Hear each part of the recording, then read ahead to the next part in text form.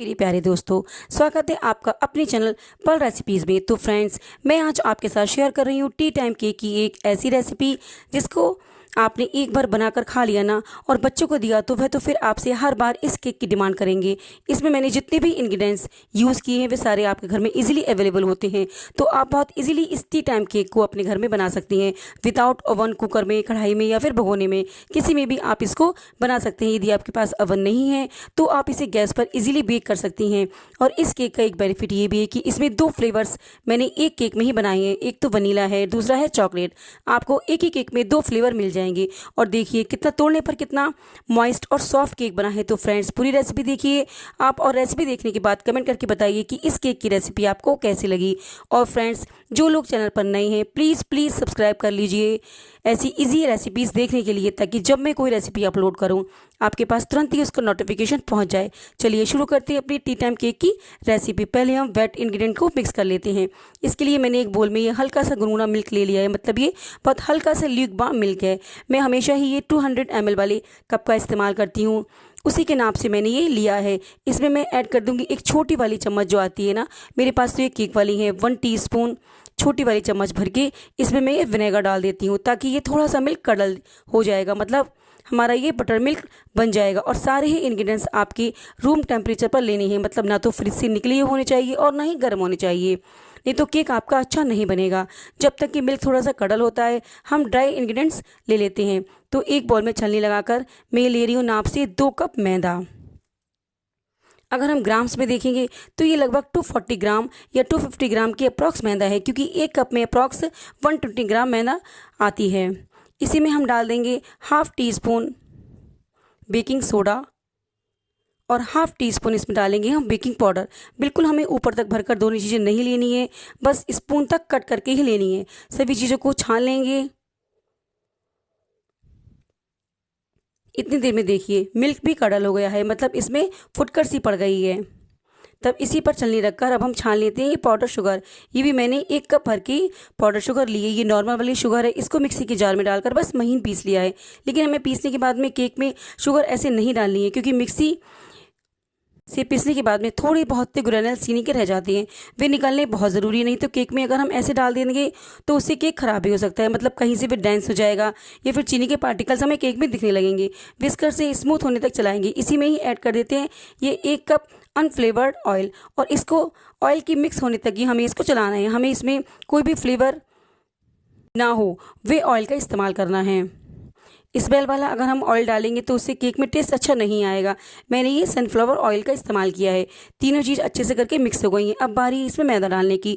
तो मैदा हमें सारी एक बार में नहीं डालनी है। अगर एक बार में हम मैदा डालेंगे तो डेफिनेटली लम्स पड़ जाएंगे, इसलिए इसको मैं 2 बार में डाल रही हूँ।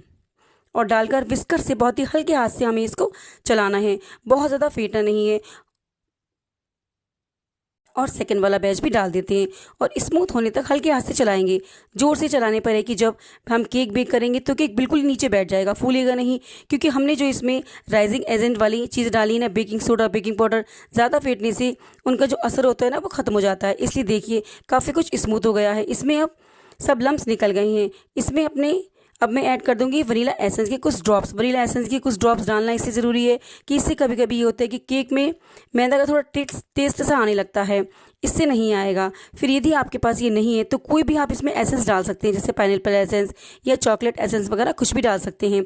थोड़ा सा मुझे ये बैटर गाढ़ा लग रहा है, इसलिए मैं इसमें ये 1/4 कप मिल्क और ऐड कर रही हूँ।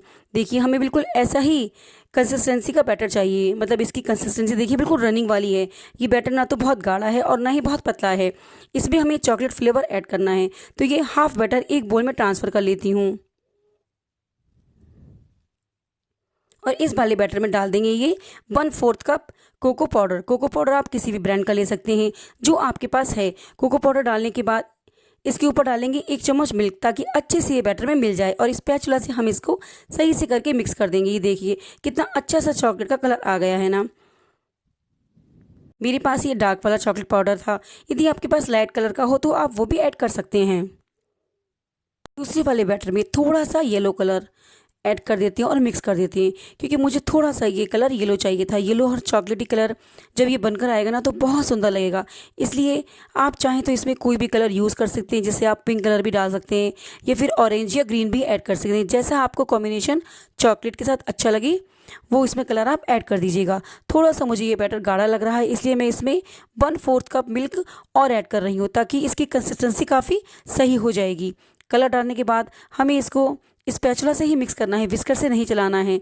अब मैंने ये 7x7 इंच का स्क्वायर एल्युमिनियम का टिन ले लिया है। इसमें बटर पेपर लगा लिया है पहले से ही, और इसमें पूरे में हम ऑयल लगा देते हैं, ताकि बैटर डालने के बाद में ये जब हम निकालेंगे, बेक होने के बाद निकलेगा ये तो ये चिपके ना उसमें। इतनी मैदा के मेजरमेंट से आपको बड़ा टिन ही लेना है। अगर आप छोटे टिन में बैटर डालेंगे तो ये ऊपर तक निकल के फूल के बाहर निकल सकता है, या तो फिर आप छोटे छोटे 2 टिन लीजिएगा, है ना, या फिर आप इसका जस्ट हाफ मेजरमेंट लीजिएगा। मैं तो ये वाला केक आज ओटीजी में बेक कर रही हूँ, इसलिए मैंने ओटीजी को 170 डिग्री पर 10 मिनट्स के लिए प्रीहीट करने के लिए लगा दिया है। पहले हम इस पर चॉकलेट वाला बैटर सारा ही डाल देते हैं, पूरा ही इसको ऐसे इवनली हर तरफ से डाल देंगे।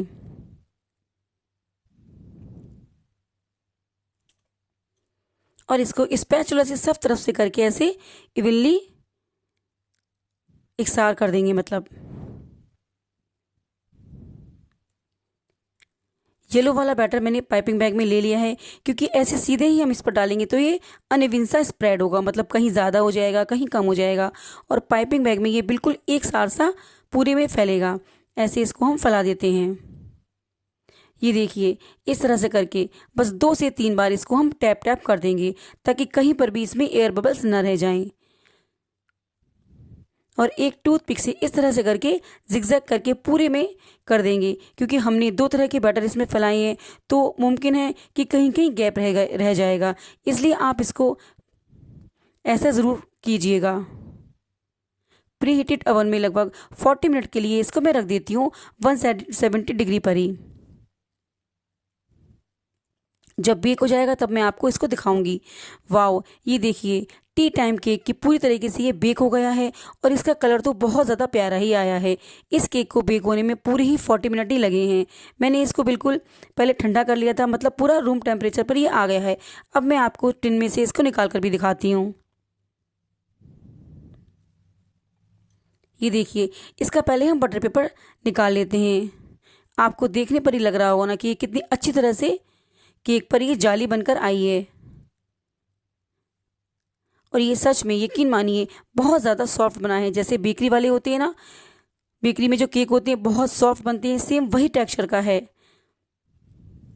इसको सीधा कर लेते हैं और बीच में से इसमें कट लगा लेंगे। आप इसको गर्म मत कट करिएगा, क्योंकि गर्म करके तो ये बीच में गर्म अगर कट करेंगे तो ये बीच में से टूट ही जाएगा। ये देखिए कितना सॉफ्ट है, दोनों ही कलर कितने प्यारे इसके आए हैं। बारी है अब इसको स्लाइसेस में कट करने की, तो आप छोटे बड़े पीसेस जैसे चाहें वैसे आप कट कर सकते हैं। ये देखिए देखने में बिल्कुल रुई जैसा ही सॉफ्ट केक बना है, बिना व्हिपिंग क्रीम, बिना आइसिंग का और बिना कोई भी नोज़ल, तमाम झंझटों के बिना आप ये केक घर में इजीली बना सकते हैं। सारी चीज़ें तो अपने घर में होती ही हैं, बेकिंग पाउडर, बेकिंग सोडा सब होता है। तो आप ये वाला केक एक बार ट्राई करके ज़रूर देखिएगा। लेकिन सेम मेथड से अगर आपको इतना बड़ा केक नहीं बनाना है तो आप पहले इसका जस्ट हाफ मेजरमेंट लीजिएगा, और ज़रूरी नहीं है कि आप केक के ही टिन में बनाएं। कोई भी आपके पास डिब्बा हो जैसे स्टील का, उसमें भी आप इसको ट्राई कर सकते हैं बनाने का। और आपको केक से रिलेटेड कुछ भी क्वेरी है तो मेरी सेम आईडी यही पर्ल रेसिपीज़ इंस्टाग्राम पर है, आप उस पर डीएम भी कर सकते हैं। आप इस केक को रूम टेम्परेचर पर तो 2 से 3 दिन तक ही रख सकते हैं, लेकिन फ्रिज में आप ये 15 दिन रख के ईजिली एंजॉय कर सकते हैं। आप इसको इवनिंग टी टाइम लीजिएगा, चाय के साथ लीजिएगा मतलब, और ये बच्चों के लंच बॉक्स में भी रखिएगा। बच्चों को तो ये बेहद ही पसंद आने वाला है, क्योंकि इसमें चॉकलेट है। तो फिर फ्रेंड्स, आप मुझे कमेंट करके ज़रूर बताइए कि ये टी टाइम केक की रेसिपी आपको कैसी लगी, और पसंद आए तो प्लीज़ प्लीज़ एक लाइक तो कर ही दीजिएगा, है ना। फिर मिलते हैं नेक्स्ट वीडियो में। Thanks for watching.